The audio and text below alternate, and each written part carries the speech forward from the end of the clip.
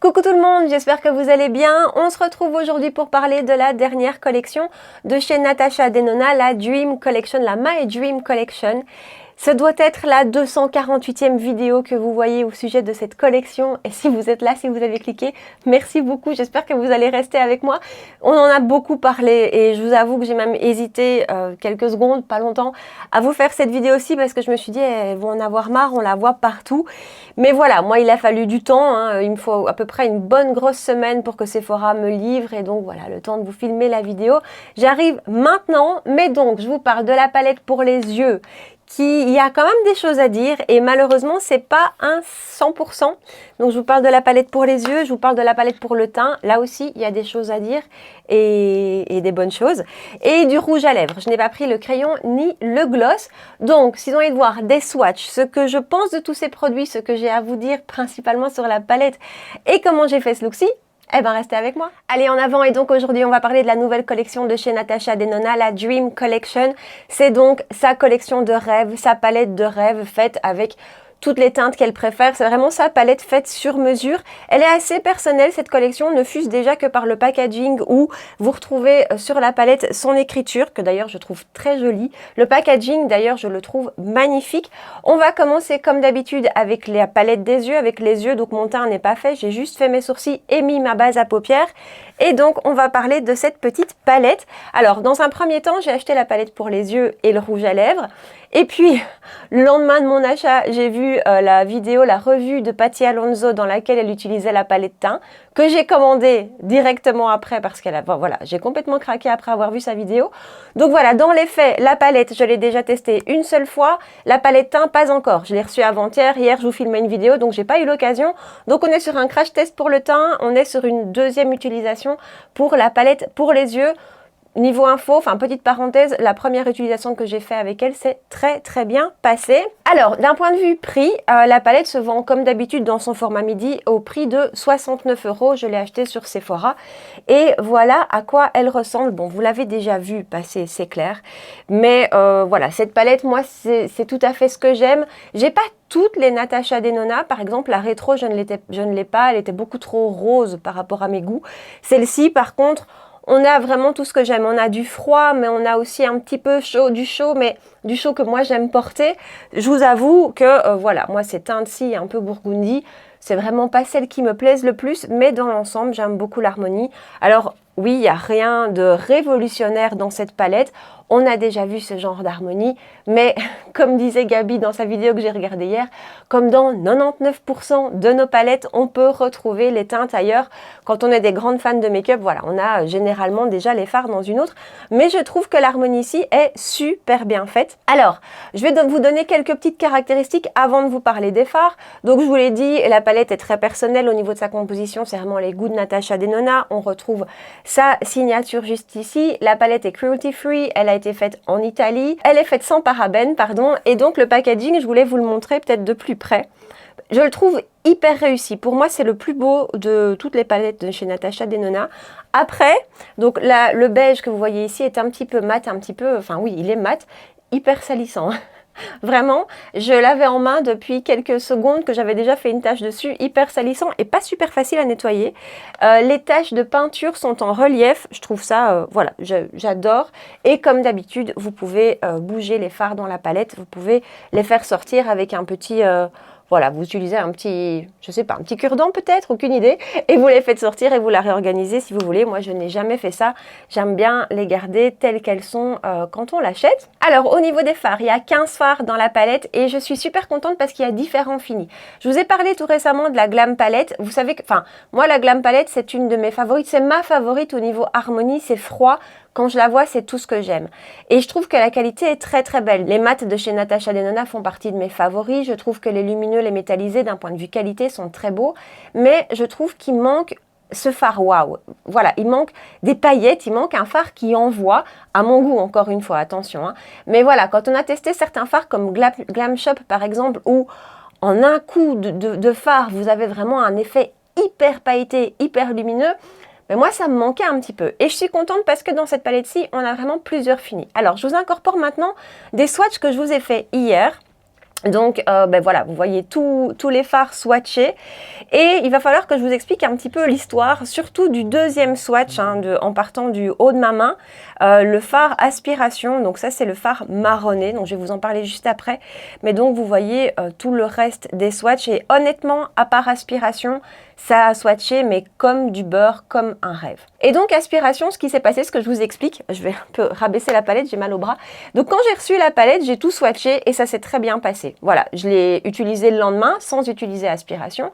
Et puis hier, j'ai re-swatché toute la palette pour vous la montrer comme je viens de le faire.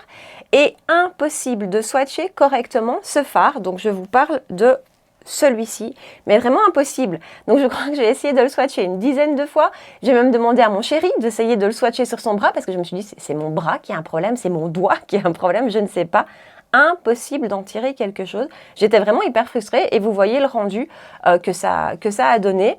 Et donc, juste après vous avoir filmé les swatchs, j'ai regardé la vidéo de Gabi au sujet de la collection et j'étais rassurée. Donc, quand elle a dit qu'elle avait un problème avec ce fard-là, je me suis dit, ah, ouf, elle aussi, il n'y a pas que moi. Donc, je pense que ce fard-là, en tout cas au swatch, hein, je ne l'ai pas encore utilisé sur les yeux et on va le faire aujourd'hui pour voir ce que ça donne. Mais au swatch, eh ben, écoutez, ça se passe pas super. Voilà ce que ça donne. Donc comme ça, nickel. Mais dès qu'on le swatch, voilà ce que ça donne. Et toute la matière, comme le disait Gabi, reste sur le doigt. Donc voilà, ce fard-là, je ne sais pas ce qui se passe. Impossible. Et alors quand on essaye de l'étirer, vous voyez, ben... Donc voilà pour ce fard là. Pour les autres fards, je reprends mes notes qui sont devant moi. On en a deux anciens, deux qui étaient déjà existants. D'abord le Blackest Black qui est un noir. Et si je ne me trompe pas, qui existait en mono, qui existe en mono.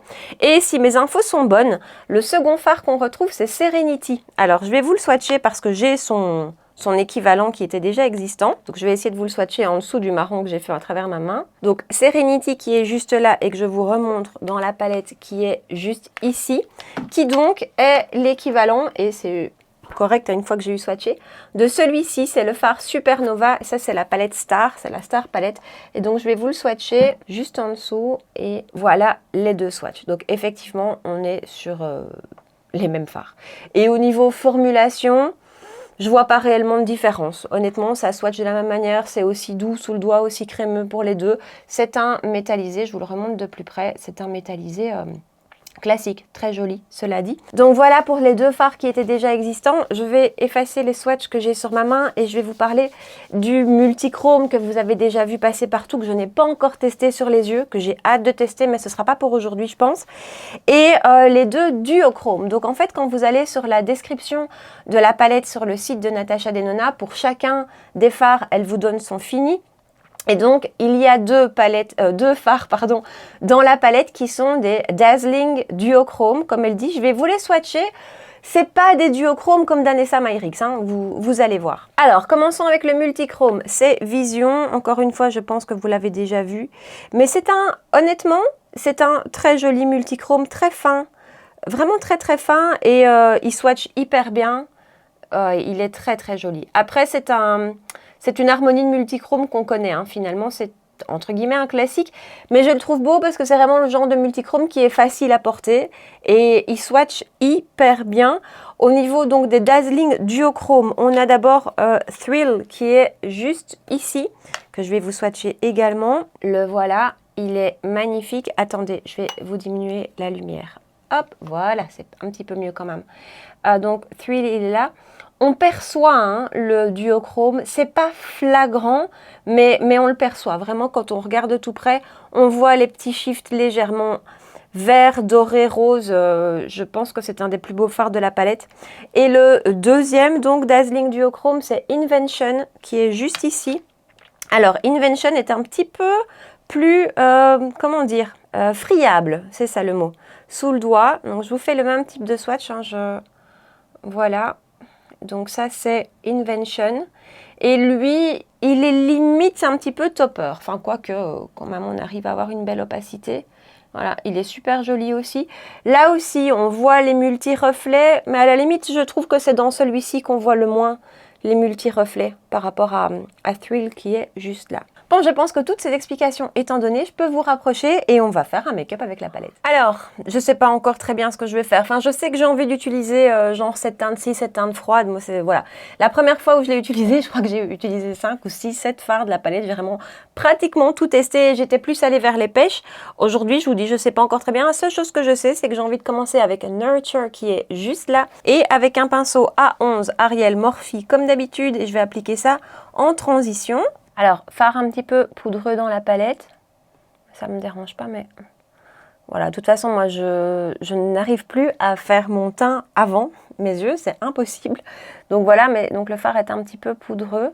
Ici, je ne suis pas revenue dans le fard, c'est vraiment juste un passage. Je trouve qu'au niveau pigmentation, c'est très très bien, ça ressort tout de suite. Et j'aime beaucoup ce genre de teinte, vraiment un beau mat froid. Ça, je vous l'ai déjà dit souvent avec ce genre de teinte, mais c'est vraiment le genre de fard, je trouve, appliqué sur toute la paupière mobile, juste pour faire un make-up mat, rapide le matin, avec un petit ras de cils. Je le trouve, voilà, j'aime beaucoup. Ensuite, je vais prendre Carpe Diem, juste ici, avec un pinceau de chez Wayne Goss, le numéro 17, et je vais appliquer ça en creux de paupière. Même remarque que par rapport au premier fard, c'est poudreux, mais ça se travaille bien. J'ai pas l'impression que ça fasse des chutes. En même temps, je tapote bien mon pinceau, mais donc voilà, ça se travaille très bien. Ça se marie super bien avec la teinte précédente. J'aime beaucoup l'harmonie que ça fait, que font les deux teintes en se mélangeant. C'est ça aussi qui est souvent génial avec les fards Natasha Denona. Je trouve c'est que les harmonies des palettes sont tellement bien pensées, ça fonctionne super bien ensemble. Ensuite, on va tenter le coin externe avant de mettre des lumineux pour vraiment bien se rendre compte avec Aspiration, donc le fameux fard qui au swatch... ça ne swatch pas bien du tout. Et là, je prends un E27 de chez Sigma, donc c'est un petit pinceau plat. Et donc, je vais appliquer ça en coin externe. Alors, contrairement aux deux précédents, c'est beaucoup moins poudreux dans la palette. J'essaye d'y aller doucement pour le construire et ça a l'air de très bien se passer. Je regarde du coup de plus près dans mon petit miroir pour bien me rendre compte. Alors, ça va, ça se travaille correctement, il y a moyen de le travailler, mais j'ai quand même l'impression que... il n'est pas complètement fondu, quoi. Je vais prendre un autre pinceau un peu plus fluffy. C'est un Morphe Ariel. Et essayer de... j'ai pas eu ce problème-là de ce côté-ci. Mais j'en ai mis plus de ce côté-ci, ici. J'ai l'impression qu'une fois qu'il est posé, il est difficile à travailler. Ouais. Non. Ce fard-ci, il faut, je pense, y aller hyper doucement. Avec très peu de matière. Construire super doucement. Mais c'est pas le plus fondu. C'est pas une catastrophe, c'est pas une horreur, mais de tout près, quand je regarde vraiment de tout près, c'est pas le plus fondu. Et je vous dis, j'ai l'impression qu'une fois qu'il est posé, il devient difficile à travailler. À voir, comme ça, je vous dis, c'est pas une cata, mais de tout près, on voit quand même que le fard est difficile à travailler. Et on dirait qu'une fois qu'il est posé, il se fixe assez vite, assez spécial. Je vais partir avec Serenity, donc ce fameux fard qu'on peut retrouver dans la Star Palette, avec mon doigt. Et je vais appliquer ça sur la paupière mobile. On va revenir faire le coin externe ensuite. C'est un joli fard. Voilà, c'est un joli fard, mais qui pour moi va manquer de paillettes, de scintillants. Donc on va venir rajouter par-dessus Babies. Babies, il est joli. Voilà à quoi il ressemble. Ah, ça c'est beau quand même. Et donc lui, je vais l'appliquer sur, là aussi, toute la paupière mobile. Voilà pour Babies. Il est très joli. Par contre, j'ai l'impression que le fard Serenity que j'ai utilisé juste avant l'a un petit peu éteint. Voilà, mais je trouve que c'est quand même très joli. Et du coup, je vais quand même venir encore rajouter une petite touche de Thrill. Celui-là, il est joli. Enfin, ouais, je vais vous dire ça à chaque fois. Et je vais le rajouter, lui, plutôt sur le centre. Ouais, ça, c'est vraiment un beau lumineux comme on les aime. Ok, niveau des lumineux, j'aime beaucoup Thrill, est magnifique. Je vais du coup essayer de retravailler le coin externe. Il faut le retravailler. Donc, je vais prendre un pinceau encore plus précis, E42 Sigma. Et je vais reprendre Aspiration. Vous allez me dire, tu forces, ouais, j'aimerais bien. Je vous dis, déjà, ne fût-ce que dans la palette, il est nettement moins poudreux. Et donc, je vais le retravailler juste sur les bords. Ok, comme ça s'est bien passé. Et donc, je vais terminer avec un pinceau Reefer numéro 14 et je vais reprendre Carpe Diem, donc celui que j'ai utilisé en creux de paupière. Et je vais juste retravailler rapidement mon creux de paupière, histoire de fondre. J'ai pris un tout petit peu de Carpe Diem, très peu. Et voilà pour le make-up des yeux pour l'instant. Je fais un ras de cils, je vais aussi faire mon teint hors caméra et puis je reviens et on parle de la palette pour le teint. Et voilà, alors pour le teint, j'ai utilisé la base Le Blanc de chez Chanel partout sauf sur la zone T. Zone T, Yummy Skin Balm de chez Danessa Myricks en teinte 4.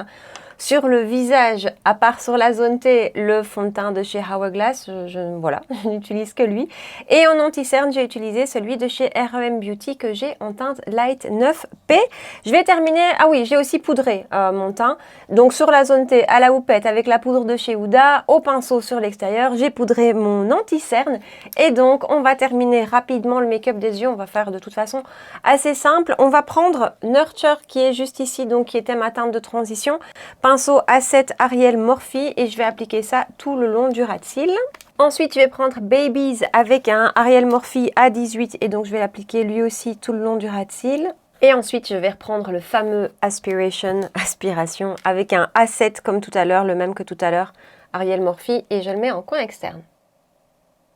Et on va terminer avec une touche de lumière avec Spontaneous qui est juste ici et avec un Zoeva 238. Et donc je vais appliquer ça en coin interne. Il est vraiment super joli. Lui, j'ai hâte de le tester sur toute la paupière mobile. Une touche de mascara. Je vais faire mon mascara avec le Cloud Mascara de chez Suede Lashes. Première couche de mascara, pendant qu'il sèche un petit peu, je vais appliquer du bronzer. J'ai ressorti celui de chez Victoria Beckham, c'est le Brick Bronzer, je pense que c'est son nom. Oui, Matte Bronzing Brick, on y est presque. Avec un pinceau Shikuhodo T4 et le bronzer, c'est la teinte médium, enfin la teinte 02 que j'ai. Donc j'applique ça rapidement. Je vais mettre une seconde couche de mascara, mais avant, j'avais oublié, je voulais mettre un peu de bronze de chez Victoria Beckham en muqueuse. Cette teinte bronze de chez Victoria Beckham va avec tous les make-up. C'est, je sais pas, c'est spécial, mais elle va vraiment avec tout. Je l'adore en muqueuse et d'ailleurs j'ai oublié de vous dire, en ras de cils supérieur, c'est Cocoa de Victoria Beckham que je porte aussi. Une deuxième couche du mascara et puis on va enfin passer à la palette teint. Et voilà, cette fois-ci le make-up des yeux est complètement terminé. On va pouvoir passer à la My Cheek Trio. C'est ça, hein, My Dream Cheek Trio, pardon. Donc la palette teint de la collection, même packaging, même texture, donc même remarque, très salissant. Après, personnellement, encore une fois, j'adore ce packaging.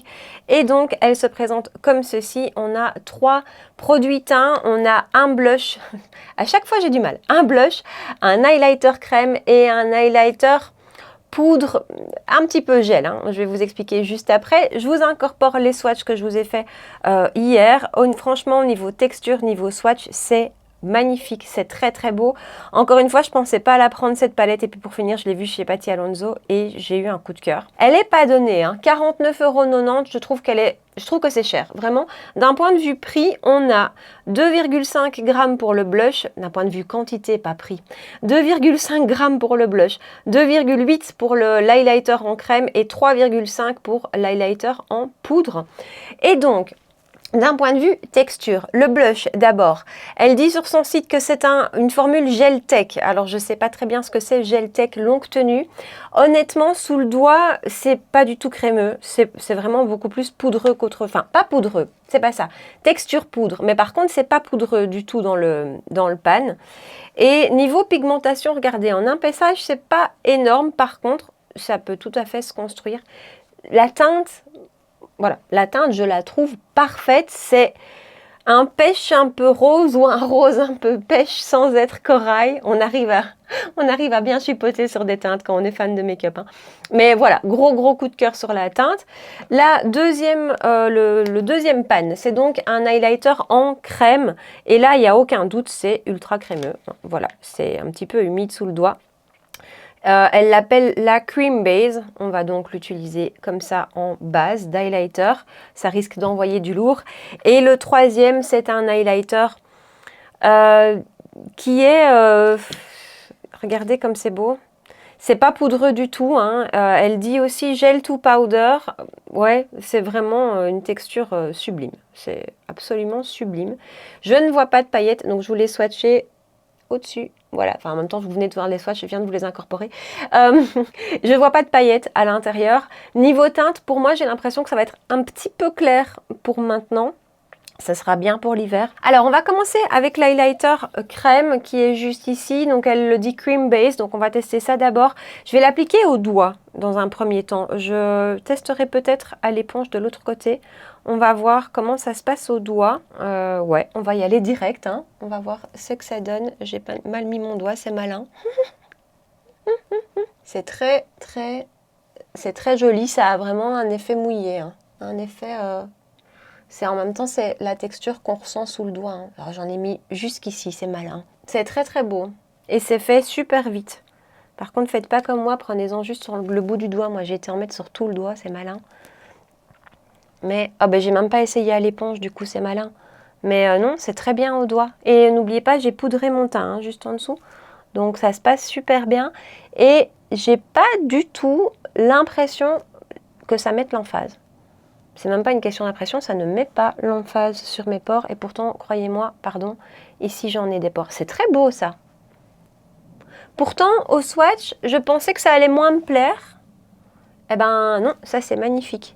Et ça, je trouve qu'en rendu de tous les jours, c'est chouette. C'est vraiment très bien. En plus, c'est hyper facile à appliquer. J'adore. Ça, j'aime beaucoup. On va tester le poudre par-dessus. Je vais prendre un pinceau A14 Ariel Morphe. C'est à la base un pinceau pour poudrer l'anti-cerne et finalement en highlighter, je le trouve super chouette. Et donc je vais prendre le troisième highlighter, enfin le deuxième highlighter. C'est pas poudreux, donc il n'y a rien qui tombe du pinceau. J'aurais peut-être dû l'appliquer tout seul hein, pour qu'on se rende mieux compte de lui tout seul. Ça devient vachement intense. Hein. Les deux ensemble, pour moi, c'est trop intense. À mon goût, de nouveau. À mon goût, parce que vous le savez, les highlighters, c'est pas mon étape indispensable de make-up, donc ça c'est trop intense pour moi. Après c'est honnêtement très joli. C'est magnifique, encore une fois pas de paillettes, c'est super beau. Je préfère la texture crème, enfin je préfère. J'adore le rendu de la texture crème en fait. Il faudrait que je teste celui-ci tout seul. Mais les deux ensemble c'est très beau, mais c'est trop à mon goût. Mais individuellement le crème est magnifique, je testerai l'autre par la suite, mais voilà. Alors le blush, là j'ai super hâte. Pinceau It Cosmetics numéro 7 et on va appliquer ça. Bon, j'en ai pris peut-être un petit peu beaucoup. Vous savez, ma maladie de blush. Et ça vraiment la teinte, oh oui. Quand je l'ai vu sur Patty Alonso, je vous assure. Ah oui, oui, oui, oui, cette teinte est sublime. Je ne sais pas du tout si elle existait. Non, je ne pense pas. C'est superbe. Et alors, niveau rendu sur la peau, honnêtement, je vois pas du tout le côté gel. Donc, elle dit que c'est une formule gel tech. Je vois pas du tout, je vois pas de côté crémeux, je vois pas de côté gel. Pour moi, ça s'applique et ça a un rendu sur la peau comme un produit poudre. Mais alors, qu'est-ce que c'est beau! Rien que pour le blush. Bon, ça fait cher le blush. Hein. Mais... Oh, ok, ça c'est magnifique. Elle est chère cette palette, mais honnêtement, c'est très très beau. Et encore une fois, à la base, j'allais pas pour elle. Ah, j'ai oublié de mettre une pointe d'highlighter sur le bout de mon nez, ce que j'aime bien en général. Voilà, c'est corrigé. Voilà, le blush est un coup de cœur. Le blush est un coup de cœur. On va arrêter d'en mettre, hein, Charlotte? Ouais, mais c'est super joli. Spray de finition One Size. Et on va terminer avec les lèvres. J'ai pas pris tous les produits lèvres qui existent dans la collection. Le crayon, je regrette de ne pas l'avoir pris, tout à fait honnêtement. Le gloss, je ne l'ai pas pris non plus. Par contre, j'ai pris le rouge à lèvres. Niveau packaging, même chose. Si je vous le montrais à l'endroit, oh là là, ce serait mieux. Exactement le même packaging, même texture, avec la tache qui n'est pas en relief, elle, par contre. Voilà, je trouve ça très joli. Et donc, c'est la teinte Natasha que je vais vous swatcher. Et donc, il est dit qu'il est ultra hydratant, haute couvrance, léger et lumineux. Voilà le swatch sur ma main. Je l'ai rapidement testé le jour où je l'ai reçu, mais pas, voilà, j'ai pas réellement fait attention en toute honnêteté. Donc, je pense que je me suis fait la réflexion qu'il tenait vraiment pas des masses. Après, ça reste un rouge à lèvres crémeux, hein, mais j'ai l'impression qu'il est très vite parti. À vérifier, je vous en reparlerai clairement tout bientôt dans la vidéo des favoris du mois. Mais on va déjà voir ce qu'il donne sur mes lèvres, ce que donne son rendu, parce que c'est vrai qu'on a toujours peur que ça soit un petit peu trop fade. Mais là, comme ça, j'aime beaucoup. Donc, je vous ai dit, j'ai pas pris le crayon, je regrette. Mais je vais appliquer mon crayon contour des lèvres de chez Catrice, le le Plumping Lip Liner que j'ai en teinte, j'oublie toujours, 0,40. Ces crayons à lèvres sont devenus mes favoris. J'ai oublié de vous dire le prix du rouge à lèvres, 26 € chez Sephora. J'applique rapidement le crayon.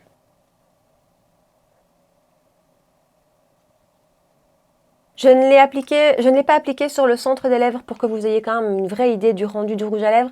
Mais pour moi, c'est typiquement le genre de teinte. Si je fais pas de contour, je pense que je vais avoir l'air malade. On y va. Alors, c'est effectivement ultra crémeux. C'est bien pigmenté finalement. En un passage, on a directement une belle couvrance. Et donc voilà le rendu du rouge à lèvres. Honnêtement, je me regarde depuis 30 secondes dans le miroir et je me dis, je sais pas quoi en penser.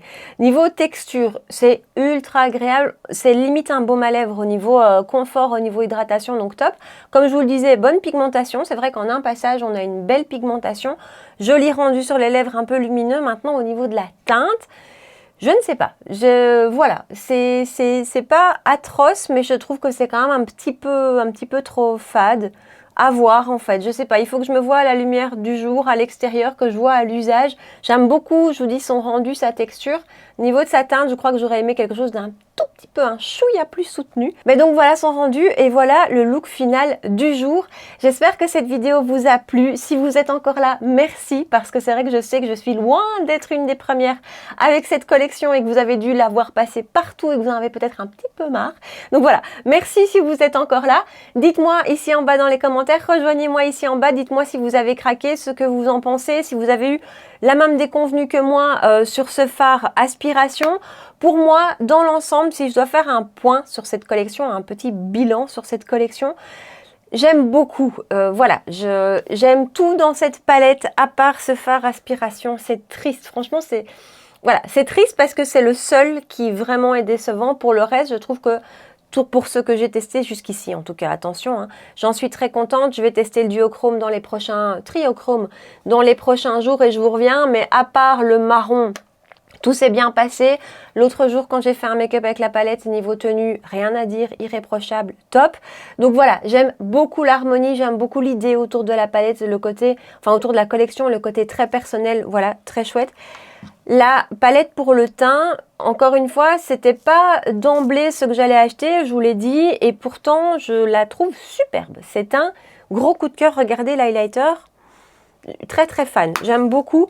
Le rouge à lèvres, je crois que c'est clairement le produit des trois que je vais le moins vous conseiller, pas par sa texture et son rendu, parce qu'encore une fois je trouve ça très joli, mais la couleur, je pense que ça va pas aller à beaucoup de monde. Peut-être que quand j'aurai un teint un petit peu moins...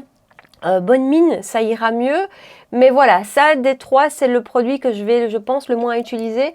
Par contre, je suis vraiment très contente des deux autres. Donc, partagez-moi ici en bas, comme je vous disais, dans les commentaires. Venez me rejoindre, qu'on papote. Dites-moi ce que vous en pensez. Si vous avez aimé la vidéo et si vous avez passé un bon moment avec moi, comme d'habitude, n'hésitez pas à la liker, à me rejoindre sur Instagram pour qu'on puisse papoter ensemble et à vous abonner à ma chaîne si ce n'est pas encore fait. Deux rendez-vous beauté make-up par semaine les mercredis soirs à 19 h et les dimanches matins, j'y arrive à 9 h. Voilà. En attendant, prenez bien soin de vous et je vous dis à très bientôt. Ciao!